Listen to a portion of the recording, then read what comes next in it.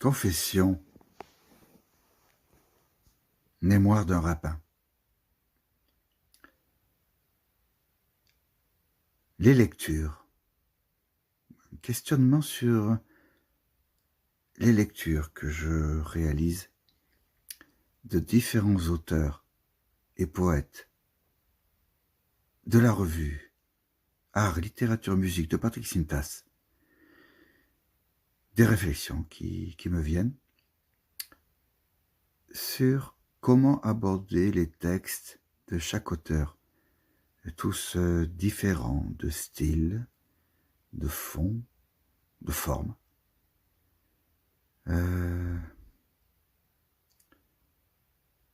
Je lis des textes, je m'interroge sur la biographie de l'auteur, en essayant de rechercher le ton à employer pour les textes de ces auteurs, en m'appuyant sur un parcours de vie.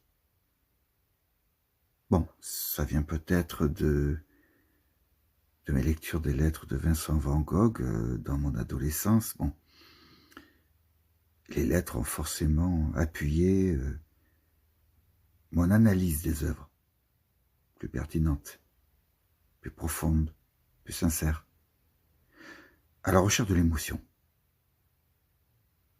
Pour les auteurs, c'est pareil. Après une première lecture et quelques recherches biographiques, après je trouve le ton. Enfin, je crois l'avoir trouvé. On n'est jamais sûr de rien. Mais avec les quelques retours dans la masse critique de ces auteurs, il m'a semblé que j'étais dans une bonne voie. Même si rien n'est parfait, hein.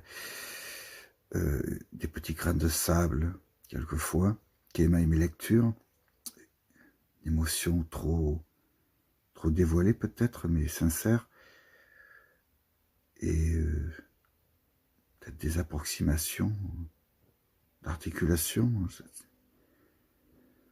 de sonorité, de prononciation de certains mots, qui, je dois le dire, des mots qui ne sont pas dans le langage courant. Ce sont des mots riches, des mots rares. Et je le dis, des fois, j'en connaissais même pas le sens. Bon, je recherche sur le dictionnaire, et puis même certains pour la prononciation, des mots que j'en ai jamais entendu parler. Je ne suis pas du sérail littéraire, bon, ça c'est sûr. Et bien, ça m'aide énormément pour la prononciation. Il a failli faire de nombreuses fautes comme ça dans l'articulation de certains mots. Bon, c'est un plaisir, hein. C'est quelquefois de grosses difficultés, hein. Mais c'est plaisant, parce que ce qui est beau, c'est de franchir les obstacles aussi, hein. C'est de pénétrer un monde, hein. C'est les mots, l'articulation des mots, la syntaxe, c'est comme la musique, ça, ou le chant, le solfège. Bon, il faut avoir un minimum de connaissances pour pouvoir pénétrer, ressentir au plus profond de soi, ces résonances. Je me suis fait cette réflexion en réalisant des photographies. Bon, j'avais besoin d'agrandir ma banque d'images. Je pars. Bon, je prends mon matériel, je pars. J'ai décidé de faire des photographies. Bon, je pars. Je vais en ville, je vais à la campagne, je vais partout. Je capte. Parce que j'ai un but. Bon, je sais que je dois aller à tel endroit pour capter. Bon. Mais quelquefois, je prends même pas mon matériel photographique. Je prends simplement mon portable. Et souvent, je fais bien, car le sujet n'apparaît pas forcément quand on le cherche. On le trouve comme ça, au hasard. Et bien souvent, j'ai fait des illustrations comme ça, furtives, inattendues, et que j'ai pu placer dans les textes que je lisais ensuite. Alors, c'est psychique, c'est un cheminement, je sais pas, c'est dans le cerveau ça se passe tout ça. Il y a un disque dur dans le cerveau qui classe. Et après, ça vient tout naturellement. Je dis, mais oui, mais c'est ça, ça va très bien. Je colle le texte. Voilà. Bon. Après, j'essaie d'être à la hauteur. Bon. Tous les auteurs de la RALM ont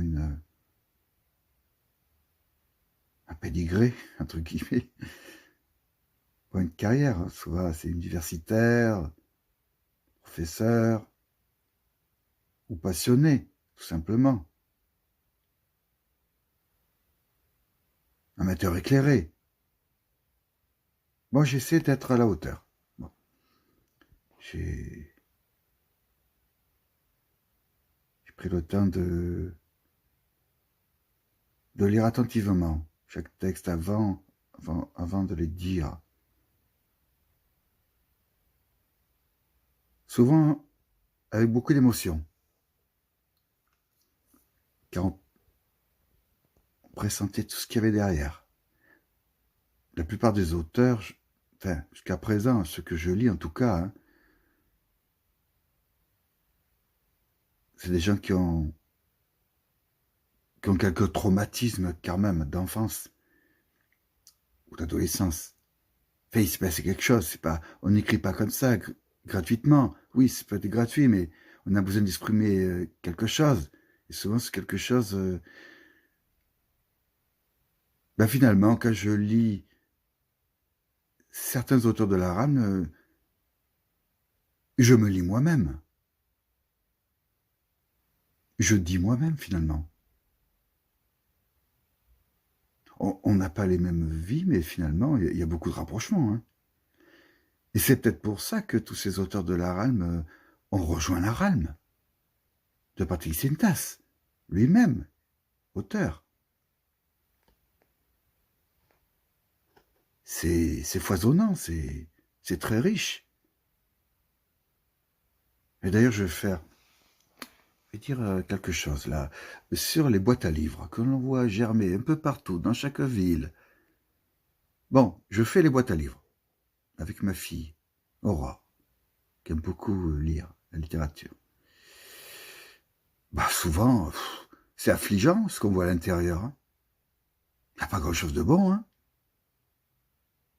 Bon, en art, il n'y a rien, pratiquement. Un peu d'histoire. Beaucoup de romans. Des romans à l'eau de rose, des auteurs tête de gondole là, de la FNAC, etc. Sponsorisés par les grosses maisons là, de toute cette littérature abroutée, quoi. Enfin, c'est un peu dur ce que je dis parce que je sais pas écrire. C'est vrai. Mais je lis, enfin, j'ai l'impression de savoir un peu lire quand même. Puis il n'y a rien à l'intérieur. C'est vide, c'est creux. J'ai que des poncifs. C'est pour ça que je suis très heureux d'avoir, au-delà de Robert Vitton, que je lis depuis très longtemps, et des poètes qui nous intéressent. Robert, il a beaucoup lu, bon, beaucoup plus que moi. Il était axé là-dedans. Bon, moi, c'est l'histoire de l'art, c'est pas pareil, ça se rejoint, mais bon. Et ben, ces auteurs, j'ai découvert des beaux auteurs. Hein. Enfin, ils sont grands. Enfin, pour moi, ils sont grands. En tout cas, je veux plus rien lire d'autre. Hein. Je veux lire les raretés. Voilà, c'est ça.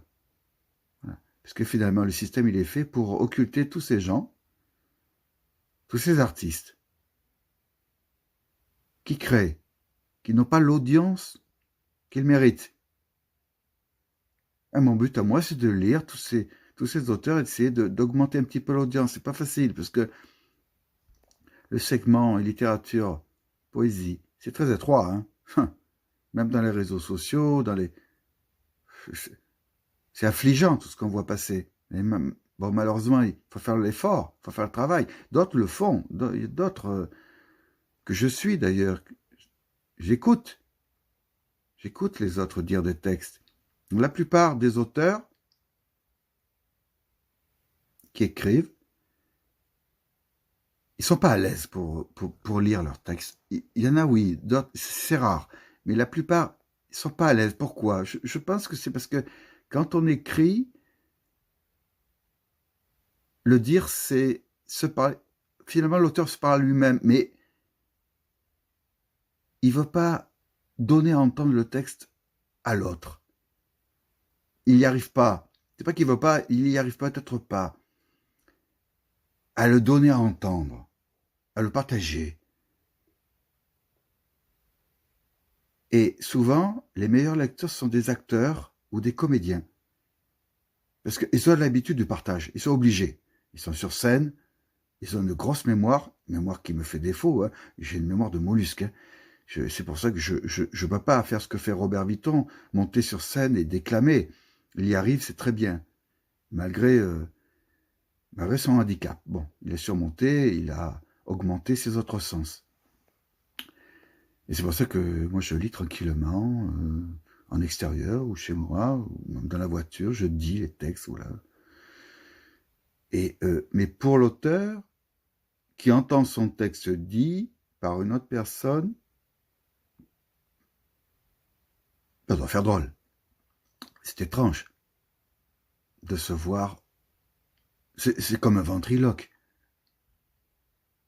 Voilà, bon. Voilà, c'est ce que je voulais partager. Bon, c'est un peu difficile, hein, pour moi en tout cas, de raconter tout ça. Mais bon. Je sais pas pourquoi je le dis d'ailleurs. Je le dis peut-être pour qu'il y ait d'autres auteurs qui l'écoutent et d'autres lecteurs, des diseurs, qui se joignent à la reine pour dire les textes avec d'autres intonations, d'autres phrasés, avec un vécu différent, tout simplement.